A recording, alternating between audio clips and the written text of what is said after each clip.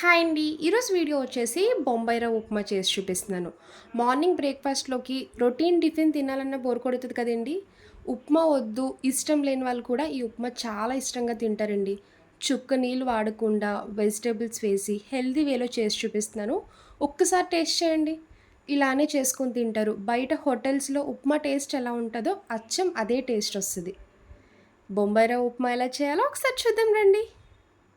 Upma ready చేసుకునే ముందు ఇలా నెయ్యిలో జీడిపప్పు, పల్లీలు వేయించి పక్కన పెట్టుకోండి. 2 స్పూన్లు నెయ్యి వేసుకొని పల్లీలు, జీడిపప్పు వేసి పచ్చివాసన పోయే వరకు ఫ్రై చేసుకోవాలి. నేనైతే కొంచెం ఎక్కువ క్వాంటిటీలో చేసుకుంటున్నానండి. మీరు కొంచెమే చేసుకునేలా ఉంటే ఒక స్పూన్ నెయ్యి వేసుకొని వేయించుకోండి. చూసారు కదా! ఇలా కలర్ చేంజ్ అవ్వాలి. ఫ్రై చేసుకున్న పల్లీలు, జీడిపప్పు ఒక కప్‌లోకి తీసుకోండి. ఇప్పుడు బొంబాయి రవ్వ వేసుకొని ఫ్రై చేసుకోవాలి. నెయ్యి ఉంది కాబట్టి ఇంకా వేసుకోనవసరం లేదండి. ఇన్‌కేస్ నెయ్యి లేకపోతే గనక ఇంకొక స్పూన్ నెయ్యి వేసుకోండి. ఒక కప్ వరకు బొంబాయి రవ్వ వేసుకోండి. దీన్ని సూజీ రవ్వ, ఉప్మా రవ్వ అలానే కరాచీ నూక అని కూడా అంటారండి. బొంబాయి రవ్వ వేసుకున్నాక నెయ్యిలోనే పచ్చివాసన పోయే వరకు ఫ్రై చేయాలి.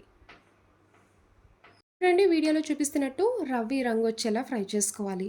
మరి డార్క్ కలర్ రాకూడదండి. ఇలా లైట్‌గా ఫ్రై చేసుకోవాలి. ఫ్రై చేసుకున్న బొంబాయి రవ్వని ఒక ప్లేట్‌లోకి తీసుకోండి. ఇప్పుడు అదే కడాయిలో నూనె వేసుకోండి. 1.5 స్పూన్ నూనె వేసుకొని తాలింపు దినుసులు వేసుకోవాలి. 1 స్పూన్ పచ్చిశనగపప్పు, 1 స్పూన్ మినపగుళ్ళు, హాఫ్ టీ స్పూన్ ఆవాలు వేసుకోండి. తాలింపు దినుసులన్నీ వేసి ఫ్రై చేయండి. చిన్నించి అల్లం ముక్క తీసుకొని చిన్నగా కట్ చేసి వేయండి. ఉప్మాలో అల్లం వేస్తే టేస్ట్ బావుంటది. ఫ్లేవర్ కూడా బా వస్తది. ఇలా తాలింపు ఫ్రై చేసుకున్నాక ఉల్లిపాయ, పచ్చిమిర్చి వేసుకోవాలి. 2 ఉల్లిపాయలు, 5 వరకు పచ్చిమిర్చి వేసుకోండి. పచ్చిమిర్చి కారం బా తెలుస్తది ఉప్మా తిన్నప్పుడు. కొంచెం కరివేపాకు వేసుకోవాలి. ఈ ఉల్లిపాయ, పచ్చిమిర్చి ఒక 50% కుక్ అయ్యే వరకు ఫ్రై చేయండి. చూడండి ఉల్లిపాయ ముక్కలు ఇలా ఫ్రై చేసుకున్నాం కదా! ఇప్పుడు వెజిటబుల్స్ వేసుకోండి. నేనైతే ఫ్రెంచ్ బీన్స్, క్యారెట్ తీసుకున్నానండి. మీ దగ్గర ఏ వెజిటబుల్స్ ఉన్నా వేసుకోవచ్చు. ఆలు ఉంటే ఆలు అయినా వేసుకోండి. వెజిటబుల్స్ వేసుకున్నాక బాగా ఫ్రై చేసుకోవాలి. ఇలా ఫ్రై చేస్తున్నప్పుడే టేస్ట్‌కి తగ్గ సాల్ట్ వేసుకొని ఫ్రై చేయండి.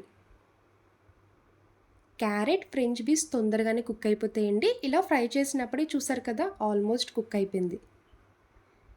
స్టార్టింగ్ వీడియోలో చుక్క నీళ్ళు వాడకుండా ఉప్మా చేసి చూపిస్తానని చెప్పాను కదండీ! నీళ్ళు ప్లేస్‌లో పాలు యాడ్ చేసుకోండి. కమ్మగా ఉండి చాలా రుచిగా ఉంటది. ఏ కప్‌తో రవ్వ తీసుకున్నామో అదే కప్‌తో 3 కప్పులు పాలు వేసుకోండి. పచ్చి పాలే వేసుకోవాలి. ఇలా పాలు వేసుకున్నాక మొత్తం ఒకసారి కలుపుకొని మూత పెట్టి ఒక 2 నిమిషాలు ఈ పాలని బాయిల్ చేసుకోవాలి. చూడండి పాలు ఇలా బాయిల్ అవుతున్నప్పుడే ముందుగా ఫ్రై చేసుకున్న రవ్వ వేసుకొని కుక్ చేసుకోవాలి. మీరు అనుకోవచ్చు పాలు విరిగిపోతాయేమో అని. చూసారు కదా వీడియోలో చూపిస్తున్నట్టు పాలైతే అస్సలు విరగలేదండి. మనం ఇలా 3 కప్పులు పాలు వేసుకున్నాం కదండీ! మీరు కావాలనుకుంటే 2 కప్పుల నీళ్ళు, 1 కప్పు పాలు అలా అయినా వేసుకోవచ్చు. రవ్వ వేసాక చూసారు కదా కన్సిస్టెన్సీ థిక్ అవుతుంది.